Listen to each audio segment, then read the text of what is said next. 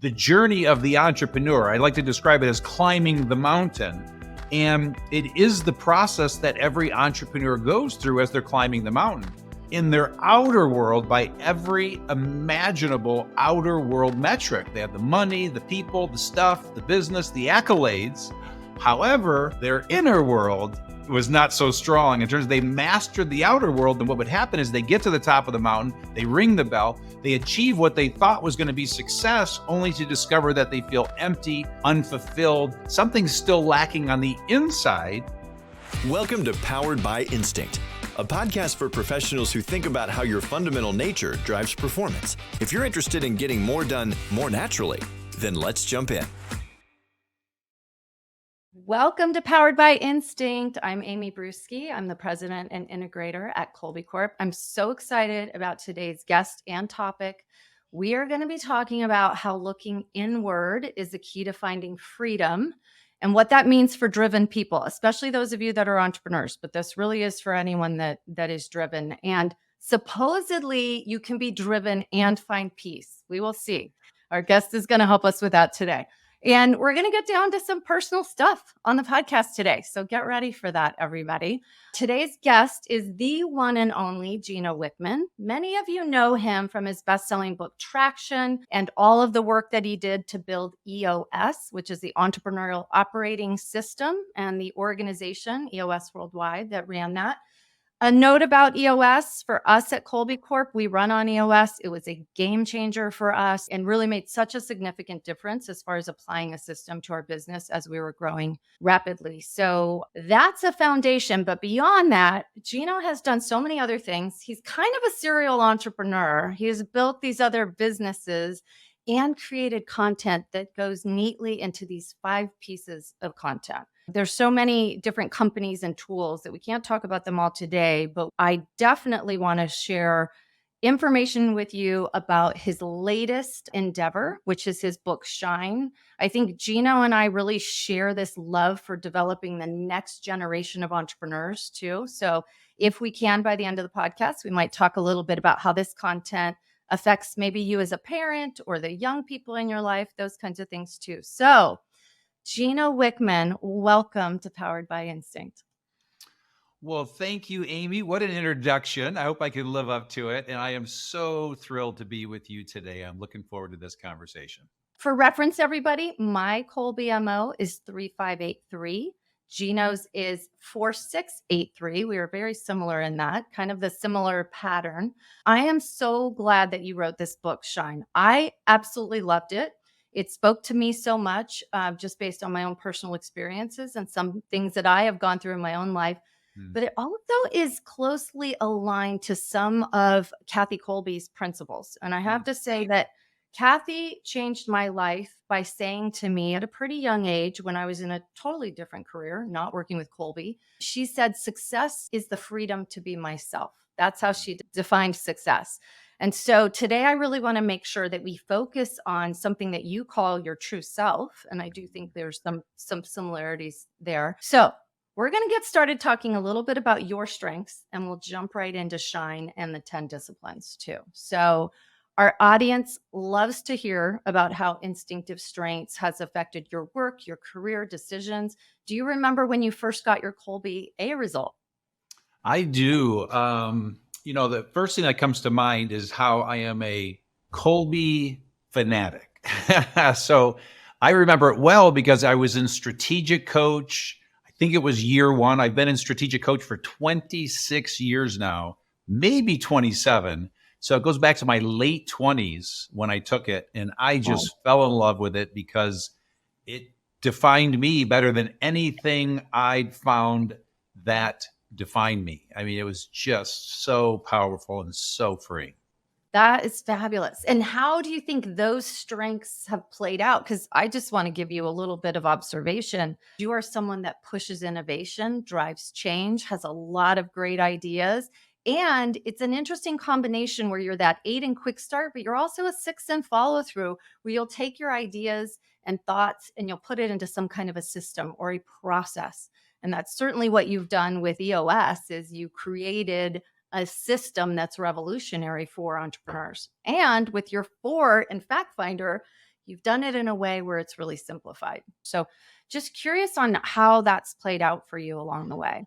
Yeah, and I can't describe it in perfect Kolbe terms, but what I've learned is, my 8 quick start and my 6 follow through is weird and unusual when it comes to visionaries, because typically the follow through is lower, and 95% of the driven entrepreneurs I work with, they are those visionaries with that 8, 9, 10 quick start, 1, 2, 3 follow through.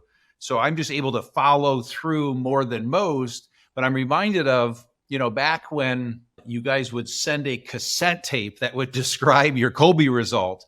Listening to Kathy describe my Kolbe, it was amazing because she said something that has stuck with me forever. And I realize it's how and why I've created all the content that I've created. And she says that I have the ability to see patterns and trends. And so as I look back on my life, that's all that has happened. I get so entrenched in the work that I'm doing that I can see all the patterns and trends. And out of that bubbled all of the tools in EOS. And I just looked at what was working out of the hundreds of things I tried and tested and created. There were 20 that worked the best. And so in seeing those pattern and trends, leading all the way up to what the content is in Shine that we're going to talk about today, I just simply saw patterns and trends in working with thousands of entrepreneurs. So I believe that's the combination of the high quick start and kind of the mid-level follow through. And obviously you and I are Kolbe twins, so you get it all too well. But that's how it's shown up for me, is it just comes to me. It just all clicks after seeing so much data and redundancy over and over. It's just boom, all of a sudden it becomes a tool, a process, a system, or whatever.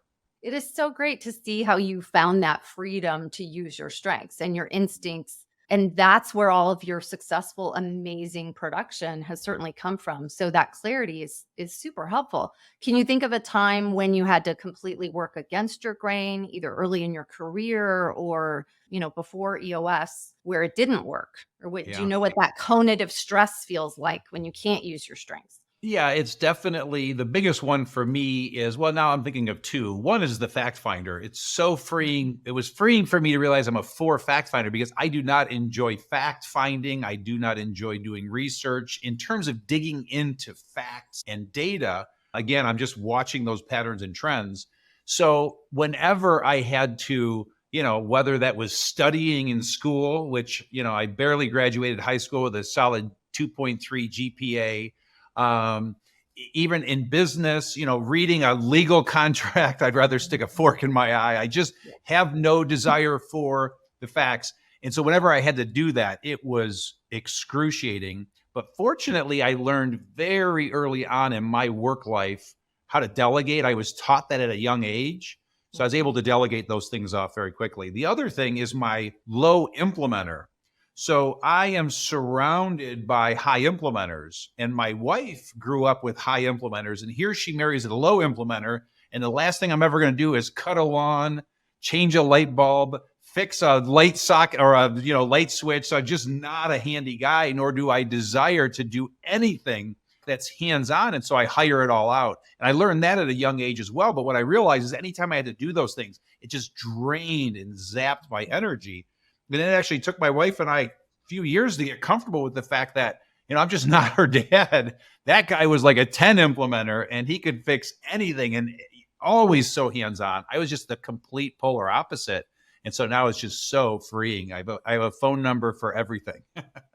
Oh my gosh, staying so freeing, I think, is key, because you touched on something that I find a lot, and that I think in our society, we have these stereotypes where the men in a relationship should be fixing things, and the woman in a relationship should be doing the follow through, keeping, track of the schedules and planning things. And what I find is there's a lot of pain points around that, where I'll have men say, oh my gosh, thank goodness you tell me I'm a 2 and implementer. I'm not going to feel guilty anymore about not doing these things. And so the sooner people can let go of that and be okay with it, Exactly. the better. Yeah. Please, everyone in your relationships, find the freedom to be yourself too. Okay. So let's get right to Shine. Let's talk about why this book. Well, I always like to create a little context that leads up to the book, and it kind of paints a vivid picture of what's going on here. Because as you mentioned in the introduction, I've created 5 pieces of content in the world. And very quickly, they are: number 1, entrepreneurial leap. And that's to help entrepreneurs in the making, anybody that thinks they're an entrepreneur, determine if they are and shows them how to start a better startup. Second piece of content is rocket fuel. And that's that visionary integrator concept for when that entrepreneur needs to go find their integrator and take the company to the next level. Third piece of content is EOS for when that entrepreneur and their leadership team want to run that business like a Swiss watch. Fourth piece of content is the EOS life for when that entrepreneur, those leaders, and hopefully everybody in the company want to live their ideal life. And then the fifth piece of content is 10 disciplines, what we're about to talk about. Well, if you visually see those 5 pieces of content, what you see is you actually see the journey of the entrepreneur. I like to describe it as climbing the mountain. And it is the process that every entrepreneur goes through as they're climbing the mountain. Well, after now 25 years of obsessing and working with entrepreneurs, which is my passion and my gift, what I had observed and realized that I had done with these 5 pieces of content is I'd help these entrepreneurs succeed in their outer world by every imaginable outer world metric. They have the money, the people, the stuff, the business, the accolades.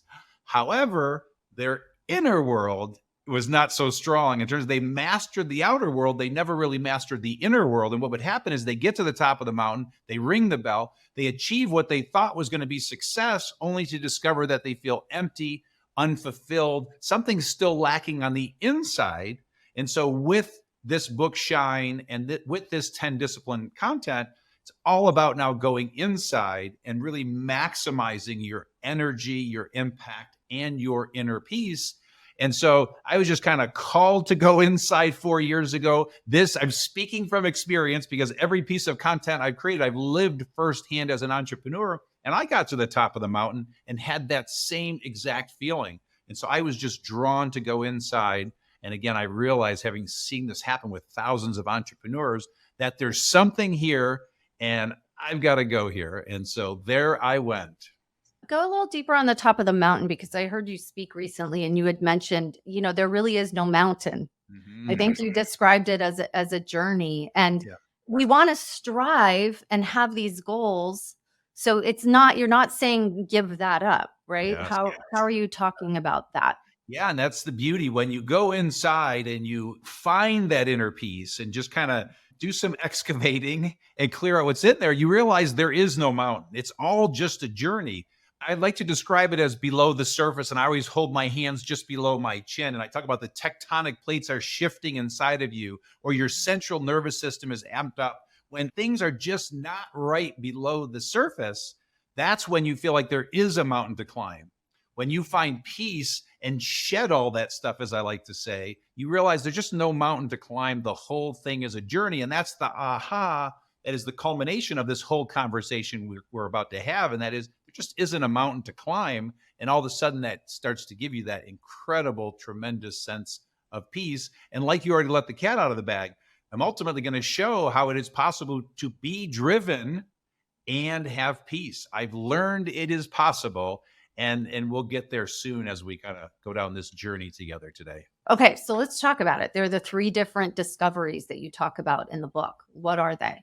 Yeah, and so high level, with what I realized about 4 years ago, because I kind of describe it as an awakening where I'm sitting at the top of the mountain, I'm feeling like I've succeeded by every metric, feeling that emptiness on the inside forced me to go inside. And over a 4-year journey, now almost 5 years, I made 3 discoveries that were really enlightening for me and really helped me grasp what was going on. And so high level, discovery number 1 is that I am driven. Discovery number 2 is that all decisions are made out of love or fear. And discovery number 3, again, is that moment we've been talking about, and that is the discovery that you can be driven and have peace. And so if you'd like, we can certainly take those one at a time. Absolutely. I mean, let's start with I am driven, because I am drawn to the fact that you start talking about how that can be a blessing and a curse at the same time. Yeah. Yes, absolutely. So I am driven. Again, I call these discoveries. And so what happened for me is I just simply understood, something finally clicked for me. I understood the dynamic of what being a driven person is, both the pros and the cons. And what I hope for your audience out there is they have the same revelation, the same aha, is that being driven is a blessing and a curse. And it's all about understanding that. The blessing is that we have superhuman stamina. We're the creators of most things on the planet. We're the superheroes that are saving the day all day, solving big problems. Well, the curse is that we tend to do a lot of damage with our drive and our intensity and our ambition to ourselves, mentally, physically, emotionally, and to the relationships in our life. We tend to leave a black trail behind us. And there's a great book I recommend to everyone called Driven by Dr. Doug Brackman. And it really helps you understand the science behind this, because what he teaches us is that it's in our DNA. It's the D2, D4 gene, and it has an allele or a flaw in it where we just don't receive the same level of reward and satisfaction as most people do. So 10% of the population scientifically have this allele and are driven. And to understand what's really going on, we start to see that we just need that extra fix. We're looking for that endorphin hit more than most, and that tends to get us in a lot of trouble. So, Gino, let me ask you a question about that book then. Is he saying that we can't teach people to be driven? It's either in you or it's not. And is driven different than motivated? Yeah, I love that. So first of all, yes, he's teaching you can't teach drive. And I've been teaching you can't teach drive for, at least 5, if not 10 years. So he and I both subscribe to that you are born with this. I never knew it was science. There was a part of me that wondered, did you somehow develop it at a young age? But I really believe that you are absolutely born with this drive. And now, after understanding Doug's work in that book, I realize that it is truly DNA. And again, his math is it's 10% of the population. My math is that 4% of the population are driven entrepreneurs. And his math includes things like Navy SEALs, athletes, things like that, because there are lots of other driven people in the world up and over just entrepreneurs. Yeah, it's interesting because I always bring it back to kids and stuff. I think people talk about, I'd like my kid to be a little more motivated and have drive and those kinds of things. And so I think that it's great to look at this difference between ultimately truly driven, it's in you, driven people versus very successful, accomplishing a lot, motivated people. All of it is important. Your work is very focused on these entrepreneurs that I think have accomplished incredible things. And then at this top of the mountain, as we're talking about, what that level of stress can be like. So talk about that as far as, decisions being made out of love and fear. Why does that matter? Or, the third one, which it's possible to be driven and find peace, because I know a lot of people listening, they are these people. These are the driven people that are listening to this. Yes. Yeah. And to let the cat out of the bag, as we're talking about this driven discovery, I really try to take the reader and our clients and the student and anybody out there listening to this to that deep, dark place, because I want them to really feel it. And so, I could go for 15 more minutes on this topic, and we don't have time for that today. But, if it starts to feel a little dark, there is a dark side to being driven. The cat out of the bag part is in Discovery 3, we're going to take the sting off, the pain off, and show you that it's possible to have that incredible drive with peace. So you're not leaving the black trail. So that's coming. The other thing I'd like to share is, this is the thing I love about Kolbe. I mean, I really believe, to get really heavy, is that, Kolbe is determining, I call it true self in this work, but it's like the soul of the human being. I mean, I really believe it goes that deep, and it's really showing you guys talk about your natural instincts, where you naturally put your instincts and your energy. This is all about energy, true self, the soul, if you will. And so I believe that's what Kolbe measures. And for those of us that are driven, it's real. It's not changing. So now let's go to the next discovery. As you said, all decisions are made out of love or fear. Now, this is almost impossible to do, but I'm going to try and do this in 2 to 3 minutes for you. Take you all the way to the root of why all decisions are made out of love or fear. And it gets a little heavy, and then you can be the gauge of how deep we're going to go from there. But at a high level, it's understanding. Once you understand all decisions are made out of love or fear, and you become aware of that dynamic that exists, decisions then expands to emotions, feelings, thoughts, and decisions. So all this stuff going on in you, it's either coming from a fear-based place or a love-based place. And fear is the mind and or the ego. And so let's just call that ego for this conversation. The love is coming from your heart or your soul or your true self, as we'll call it. So we'll call that true self for this conversation. Well, all day, every day, there's this battle going on between your ego and your true self. And most of the time, the ego is winning. But when you understand that dynamic, the way I like to describe it is if you picture your true self, your soul, your essence, your being, it is this bright light that shines incredibly bright, vibrates very high. It is just sadly trapped behind your ego. And it just simply means that things happen to you in your life, whether it was pain, trauma, conditioning, whatever it was, your ego just started to protect you and make up stories and build these layers of protection. And so somewhere in your life, you put on a suit of armor that just totally trapped your true self inside of there.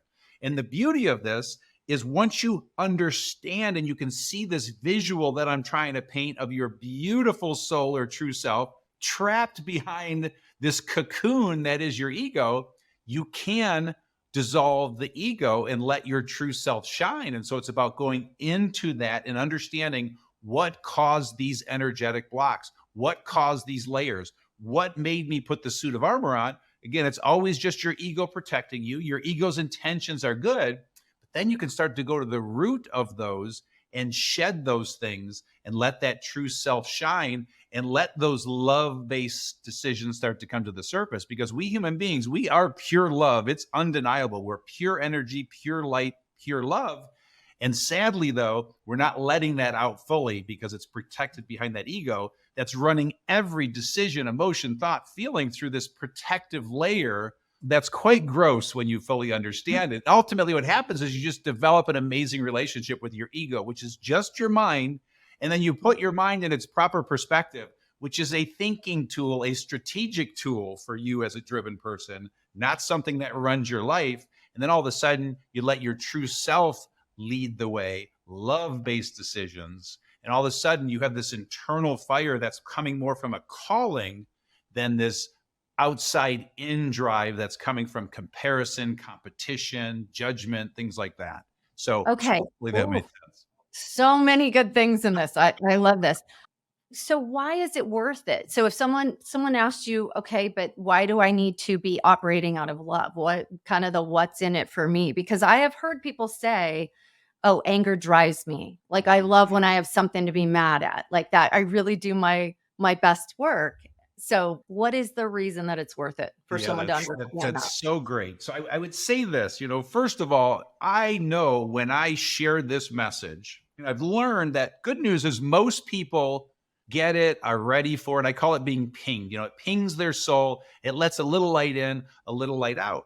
But for some, it just doesn't. And it feels weird to them. It's not for them. And what I suggest to anyone that's in that place, there's nothing wrong with that thinking. Just stay in the outer world. Keep maximizing your outer world. Those 5 pieces of content, when I'm working with someone anywhere on that journey and they're in that place that they're not ready to go here, amen and hallelujah. Just continue to build an incredible outer world life. And I believe, as happened for me at 52 years old, you're going to get pinged at some point. But if you never do, you'll build an incredible empire. You'll have a ton of money. You'll have all the accolades. And so that won't be such a bad life. And I guess for that person, if they do get pinged, I just want them to have a heads up and go, oh, here it is. This is what he was talking about. Now, to answer your question point blank, for somebody that's still sitting there skeptical and saying, okay, I'm open to hearing the benefits, I would just simply suggest that if you will become aware and just pay attention to your body, and is your body feeling amped up, anxious? Are the tectonic plates always shifting when you're laying in bed? Does your body just feel relaxed and clean and clear and free? And if it's not, it is eating you up inside and it is killing you, with all due love and respect. And so if nothing else, to feel that clean peace, that clear energy, that's worth it. But in addition to that, you make better decisions. So yes, those fear-based decisions you're currently making that you think are your motivation and the revenge you're seeking in the world, you think is doing you justice. And it got you here, and it ain't all bad. You're more productive than most. But what I'm telling you is there is a power source inside of you that is 10 times more powerful. and you will build 10 times the stuff you want to build, again, by having that inside out force, motivation, drive, or as I like to call it, true calling. It is, yeah, it is so powerful to increase your awareness about anything with yourself, right? It just opens up your view a little bit more of the world. I think you can certainly have more empathy for other people. Your relationships change. I know when you talk about love and fear, it's fascinating for me. I've been through plenty of therapy over the years, and I remember learning all emotion either stems from love or fear. That is something that someone said to me once. And I thought, well, that doesn't make any sense. Where does anger or something else fit in? And then I really did understand how fear-based decisions are a big part of what's happening all the time. You just aren't aware of it. It's not on the surface. And so just it opens up this view of the world and what's really going on. And I think what you're really getting at is life doesn't have to be that hard. It just becomes easier. So when we talk about peace, it's not always that everything is, it's all kumbaya. It's just the level of effort that you don't even know you're putting in, or anxiety is fascinating. I have an aura ring that I've been wearing. And it's interesting every once in a while when I look back. Anyone who hasn't heard of this, it's basically just a ring that has all kinds of biometrics. But I'll have conversations every once in a while. I'll look and go, whoa, my heart rate was really up on that conversation. And it's so in my realm, or, a part of the kinds of things that I would do that I don't think about it, but I look back on it and say, that's a level of stress that's causing me. Why did that happen? That I'm not even aware of. Yeah. And that gets me so excited to hear you say that, because, and I'm here to tell you, you won't need an aura ring someday. In other words, you will know when your heart rate goes up instantly, and you will say something about this situation is not right. Something is off. And that's either I'm feeling fearful or anxious, I'm picking up on their fear or anxiety, but there's just something off in this relationship, because there's no reason, unless we're running on a treadmill, for our heart rate to go up in any exchange. I guess unless we're either on a treadmill or having sex. Sorry to say that, but I had to say that point, because it's not always bad or good. But when you're in a situation, I'm thinking of a business meeting, okay? And when you start to become aware of maybe an intense business meeting, I am here to tell you that when you find that inner peace and you shed all that stuff inside of you, you will be calm in the storm. It's incredible. You feel this incredible sense of peace. And then you're making better decisions. You see everything clearly. I hope that makes sense. Yeah, I love that. I think there's a real sense of confidence too, of being able to handle anything. It's like, it'll work out. It'll work out okay when you have that level of peace. Yeah. And then I really want to say this to that point, and I kind of started by saying this, but I want to make this clear. I am not here to convert anyone. That's not what this is about. And so it's anyone that hears this and says, ooh, I'd like to have more inner peace, then you've come to the right place at the right time. And this is the right book for you. And if you're saying, I don't want that, and my anger, my fear, my revenge motivates me, I don't want to change. Don't change. Que sera. Listen, that's perfectly fine. So I'm not here to change anybody. I'm just telling you what worked for me, at little old me, with my simple approach to the world. And if it's appealing to you, then climb on board. I just want to mention what I love about the book is that you put quite a few activities to help people through this too. So we're talking right now, and we're talking in generalities, but I just want to say some of the different exercises that you have people do, or the questions at the end of each chapter, were really helpful. And at one point you just described just sitting there and strip away everything in your life. And how do you feel at the end of that? So there's some really powerful processes that you take people through in order to do some of this discovery for yourself. Yeah, what I would say to that is, and then I'll bring us into the home stretch on the third discovery, but what I would say to that is, one of the greatest compliments I get, or what people say about me and all of this content that I've created, is I have this way of taking very complex topics and making them simple. And so what you're going to find in this book is it's very simple, very practical, very real world. And so, yes, there's tools that are going to help you understand this, because this topic that we're talking about, especially where we are with all decisions come from love or fear, this is a heavy, deep topic. This has been written about and studied for at least 10,000 years. I mean, this goes way, way, way back. And, how we human beings haven't figured it out, because it's really simple at the end of the day, but just somehow we make things complex. You'll find that it just takes this very heady, thousands of year old topic. It makes it really crazy simple. And then ultimately that culminates for us driven people in the discovery that it is possible to be driven and have peace. And so I always thought it was a choice. I had this incredible fear that if I ever found peace, it would zap me of my edge, my drive. I literally thought that I would just want to sit in a hut and meditate all day. I thought I would lose everything. I mean, my ego scared the hell out of me. I actually felt an incredible sense of peace, joy, and love when my daughter was born. Lasted an hour, and then I stuffed it back down because it scared the shit out of me. I don't know if you're allowed to swear on your podcast. You'll bleep it out. But it scared me, and it felt wimpy, and it went against this tough guy image that my ego and I created at age 15, and I just went back to work. And so with that, I always thought it was going to zap me. It's just the opposite. When you shed all of these layers, when you go to the root of it, shed it, let it go, you will find inner peace. You will have that drive and inner peace that greatly increases the drive. It's hard to comprehend, but it is possible to be driven and have peace. I'm proving that. And now many of our clients are proving that. Many people have proven it over time, but I hope millions will discover that in the coming years and decades. I mean, Here. it's about finding joy in what you're doing too. I think that's a big part of it. I feel like people, it goes back to what I was saying about things need to be hard. It really can be joyful what you're doing and still be driven. And I totally agree with you that I think there's some level of fear in that because there's been something that has propelled you to get to this point. What are you giving up? And what you're really giving up is the level of effort. Becoming more of who you are is so key to finding joy in what you do. And that's why I love too what we do here at Kolbe, because it's kind of the foundation. You have this instinctive need to take action in a certain way, shed the expectation. This is how successful people do it. This is what's valued. The more that we can do that, the better. But that's just one piece, right? That's just one piece. I can't help but do a Kolbe shout out there. You know, when I think about shedding layers, and I talked earlier about your true self, Kolbe is your true self, and your true self is Kolbe. You know, when I think about whatever your real Kolbe is, I have, as I said, I'm a Kolbe fanatic. I made every one of my clients take Kolbe, and it is now one of the 20 tools in the EOS Toolbox. And so we've now had tens of thousands of people take Kolbe because of its power. In that, I watched so many clients struggle and resist and almost act defeated because they didn't get the score they hoped.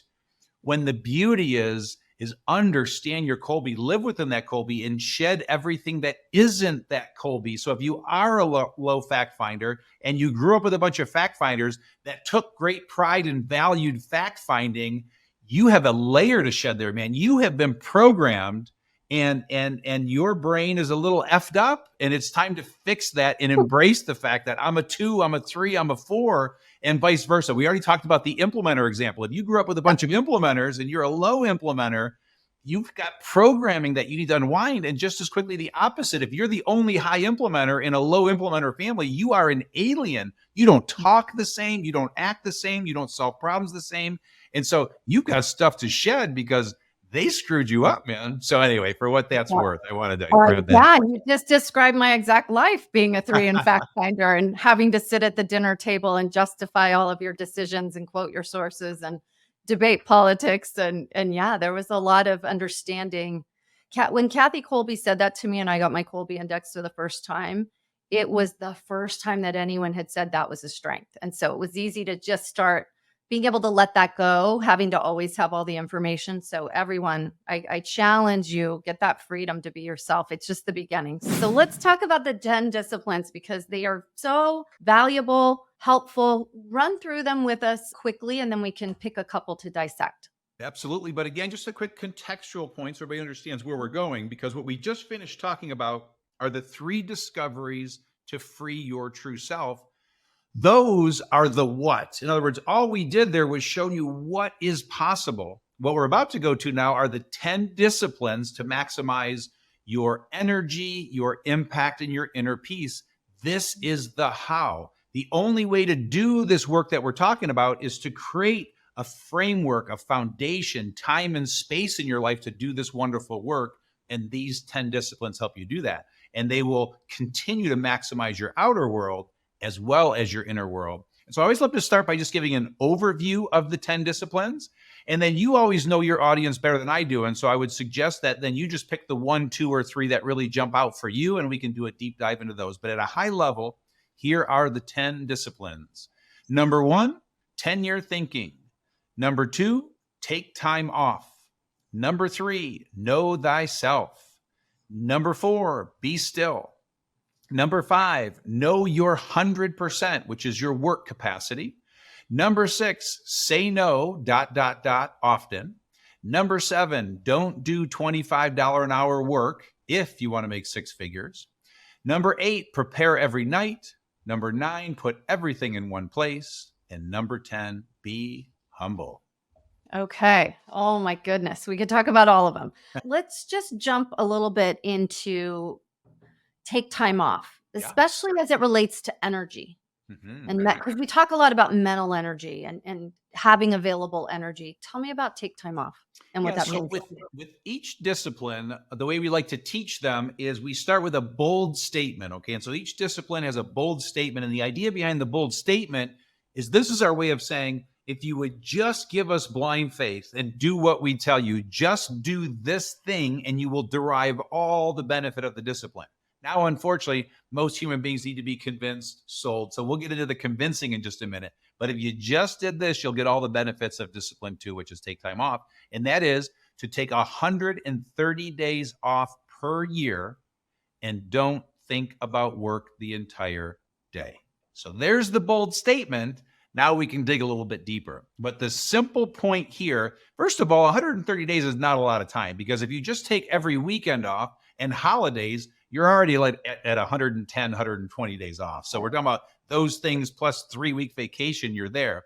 But what I know for me is I am further ahead in the last 25 years due to the time I take off. We must recharge our batteries. We must rejuvenate. We must stop. We must breathe and create space, sharpen the saw, as the old saying goes, or sharpen the axe. And so for me, I have always taken 150 days off per year. I take the month of August off every year. So for 20 years of building EOS Worldwide, I took the month of August off every year.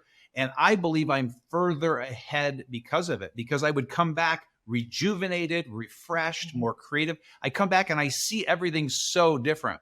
And so I would turn the world off for a month and I would literally try and forget what I do for a living. And I would always say, when I come back after the month, I hope I still want to do what I'm doing. And fortunately, 25 years running, I still want to do what I've been doing. But I know I'm further ahead due to that clarity, creativity, and making a much bigger impact. Do you have any rules for yourself about, like, if you're lying on the beach somewhere, do ideas come to you? Because I find that if I'm not doing any work, all of a sudden stuff starts popping into my head that wouldn't have had any space for it otherwise. Do you write things down? Do you just let it go? How does that affect you? And if I get any ideas, I put them in my calendar for the day I return. And there's a whole bunch of stuff. On the iPhone, it's just an all-day event, which captures it right there at the bottom of your calendar, or the top in that case. But when I come back, sometimes there's one thing there, sometimes there's 20 things there, but I immediately grab it there and let it go. I don't spend 1 second brainstorming, thinking about it, writing about it. I go back to vacation, because that's the other beauty. When you create space, beautiful stuff comes up. You just want to be careful not to drown in it and get lost. You want to definitely protect your energy by truly taking the time off. Yeah. Don't check your email. That's the thing that I think really gets you. But ideas might come to you. Okay. What about say no often? Yeah. So say no often is discipline number 6. And the bold statement here is say no to everything that doesn't fit into the first 5 disciplines. And so what's important here is these 10 disciplines have a synergistic effect when they all work together. And this is a perfect example of that, because when you are shifting your thinking to thinking in 10-year timeframes, when you are taking time off, as we just talked about, when you know thyself, when you are being still, and when you know your 100% your work capacity, the first 5 disciplines, what to say no to becomes abundantly clear, ridiculously clear. It's like somebody telling you to eat a worm or asking you to eat a worm. You would instantly say no. That's so obvious. Well, every decision becomes that obvious, because these are all boundaries. You're finally setting boundaries in your life so you clearly know what to say no to. And it is extremely difficult for people to say no. They literally get uneasy and uncomfortable at the mere thought of telling somebody no. And so this will help you set the boundaries, and then you just build the muscle of saying no. It will become a true reflex. And then one last little thing I like to offer up there is I love saying no, for what that's worth, in my business life, and I'm really good at it. With that said, somebody showed me or taught me or helped me understand that whenever I tell somebody no, however, I always offer something up in return, another resource. So if somebody's asking me to do their podcast and I just, can't, I have to say no for whatever reason, I will offer up 1, 2, or 3 other people that might be great on their podcast. So I always offer something up, and they always tend to go away feeling good about the no that they just heard, for what that little trick is worth. I have to say that in the book, you give examples of emails back and forth where people have said no graciously. I immediately said to my assistant, "Oh my gosh, copy some of these down. We need to create a better kind of a template for saying no, but in a gracious way." And I love that you're saying offer something up instead. So I'm still trying to help this person, but it's no for me. And that clarity, I think, is really important. We say at Kolbe, one of the 5 rules for trusting your gut is to commit, but to very little. And the but to very little is really key. We have this mental energy that's finite. Therefore, what deserves your best efforts is this very small, narrow grouping of things. So being able to be clear about what you should be saying no to helps with so many things, including kind of decision fatigue. The amount of things that start coming at you, the more and more successful you are, you just have more choices about how to. The reality of it is, to be successful, you have to say no. It's not even an option. In other words, it's hindering your success. Warren Buffett has a great quote. He says, the difference between successful people and really successful people is that really successful people say no to almost everything. So to your point, the more successful you become, the more that will come at you. And if you say yes to everything, you're going out of business. There's no way you can do all that. You will twist yourself in a knot. So to be successful, you have to say no. It's non-negotiable. I use that quote in some of my speeches. Okay, last one. Tell me about be humble and why that matters. Yeah, well, let's start with the bold statement first. And the bold statement is to view yourself as an equal to every person on the planet. Okay, and so what we're talking about here is inner peace. We're talking about managing energy here, and certainly making a bigger impact. Like attracts like. And so I always like to create a spectrum and have you think of this spectrum where on one side of the spectrum, you have the word humble. On the other side of the spectrum, you have the word arrogant. And so all of us walking the planet, we're somewhere on that spectrum. And ironically, if you look up the definition of those 2 words, they're almost identical, because it's about your view of yourself in the eyes of others. And arrogant people just seem to think they're better than other people, and humble people just don't. And so a humble life, I've learned, I've seen, it's just a better life, and you tend to attract more humble people. And so you're surrounded by people with humility, as opposed to surrounding yourself with a bunch of arrogant people. And then I always like to say, it's utterly impossible to not practice gratitude and be arrogant. And so there's a discipline in this that just simply says, just practice gratitude every day. So every night when my head hits the pillow, I just express my gratitude, say thank you to whatever powers are at be. And it just simply just kind of like brings you down to the ground. It humbles you. And so just practice gratitude.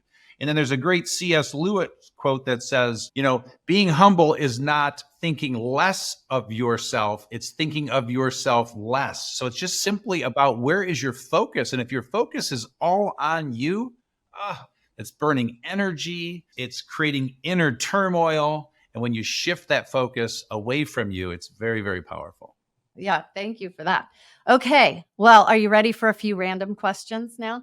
Have at it. What changes do you see most often in people's lives as a result of really applying some of the concepts in the book?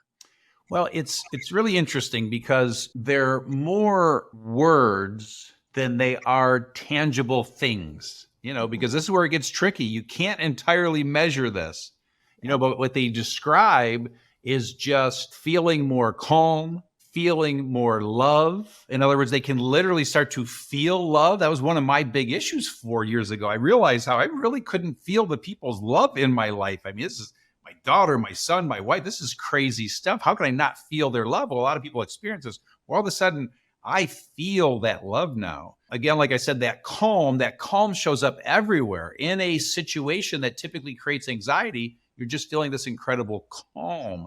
And so things like thinking better, feeling clearer, health improves, because when you have these protective layers and you're coming from a fear-based place, it's eating at your organs. So those are some of the words that come to mind and that we hear. Well, though, yeah, that is not nothing. But on that point, when somebody says, I want to grow my company to 100 million, and then you say those things to them, they're saying, wait a minute, how does that help me get to 100 million? They can't tangibly do that math. So back to that earlier point, if those words appeal to you, then you're in the right place at the right time. If not, keep focusing on your outer world. It's okay. All right, let me see how to ask this question. I hear this a lot from parents because I think there's a tie to some of what you're talking about in resilience. So sometimes going through painful, hard stuff in our lives leads to this incredibly resilient person, someone who is certainly confident in making choices and getting through things. How do we help raise resilient generations of people if there's not some of that struggle? And I think it goes back to a little bit of the value in if you're someone who's driven, there's some positives in that too. But I'm kind of trying to isolate a little bit more about going through some stuff, having some adversity, how that's actually helpful. And what do we do with our kids? It's a scary time right now. This is just my opinion, and anybody out there can get mad at me if you want. But, I believe our children are less resilient and they're way too coddled and protected. And so now let's go back to that spectrum, okay? Let's go to a world of children that are overly protected and children that are underprotected, okay? Those create two different things. And the underprotected world, let's just go back, 50 years. We could say 75 years. It was the wild, wild west. Literally, but everyone fended for themselves more or less. And there's a tremendous amount of trauma, and all that trauma was stuffed down, but people were pretty damn resilient, So now let's go to the other side of the spectrum where these kids are protected and coddled and there's no resiliency. I mean, they have no idea how to deal with stress and a problem in their life because all their problems are being solved for them. That creates something. So for me, I don't know what the answer is. Hopefully there's something in the middle. The first scenario I described creates more resilience, but I would say this, and this is the theoretical point, and I hope that this work leads to some answers because I'm not an expert. But here's the thing. We are all going to struggle in life. If you have not struggled, you've not lived a life. And if somebody keeps stepping in every time you struggle, you are not learning the lesson you're here to learn. And my struggles, I've had some tough ones at age 6 and age 7 and certainly other ages. But my God, if somebody would have stepped in and coddled me from that struggle, there'd be no resilience. And so we human beings, I think part of being here is to struggle. And what I've learned is we have to see the dark to see the light. And so to understand that we're all going to struggle, we have to go through these struggles because there's something to learn on the other side of the struggle, and then understand everything we've talked about here, which is you actually can go through struggle and have peace. That it is possible to do that. Let's let people struggle. And listen, I have kids. It is so hard to watch them struggle, but I know the damage it will do if I step in and solve all of their problems. It's so, so dangerous. So our intentions are good with our kids, but we're doing more damage than good. And we need resilient people to take care of this planet 50 years from now. And it ain't going so well. Right now, it's not looking real good.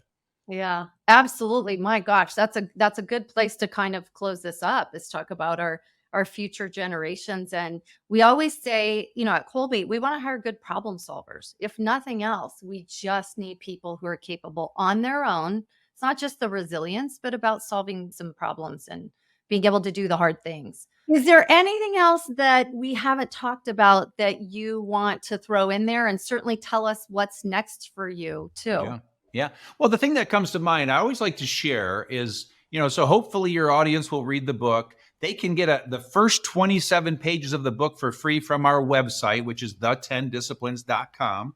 There's also an assessment there. It's free. You're going to answer 20 questions about yourself. And what it's going to do is it's going to tell you how free your true self is. So you're going to get a score. And in addition to that, once you get your results, you can opt in for a coaching call around that just so you understand your results. And with that, we offer group coaching, a self-study. We're just here to help people embed these 10 disciplines in their life so they can free their true selves. So that's what I would offer up. And there's also a wealth of other tools at the website, but please take advantage of the tools. Oh, good. Okay. Can you give us the website again really quickly? Yes, it's the10disciplines.com. And you can either 1010 or type the word 10, TEN, whatever works for you. Okay, fabulous. Thank you so much. Thank you again, Gino Wickman, for being our guest. What an insightful conversation. We love to have you. And as always, to our audience, best place to start, if you haven't already discovered your own strengths, is to go to Kolbe.com and take your Kolbe A index. So I am Amy Bruske. See you next time. Thanks for checking out this episode of Powered by Instinct. If you enjoyed this episode, then follow Powered by Instinct wherever you get your favorite podcasts, or join us online at Kolbe.com/podcast for all the latest episodes.